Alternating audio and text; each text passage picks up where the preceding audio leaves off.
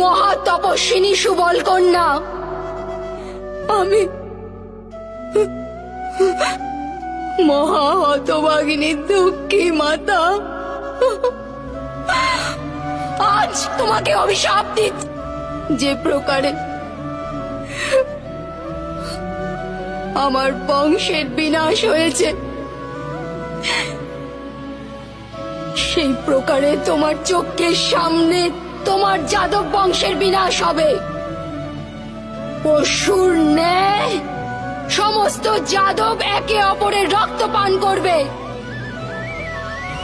আর বাছুরের ন্যায় সমস্ত যাদব বালক ক্রন্দন করবে। ওদের অশ্রু মুছিয়ে দেওয়ার কেউ থাকবে না। তোমার নগরীয় সমুদ্রে নিমজ্জিত হবে, আর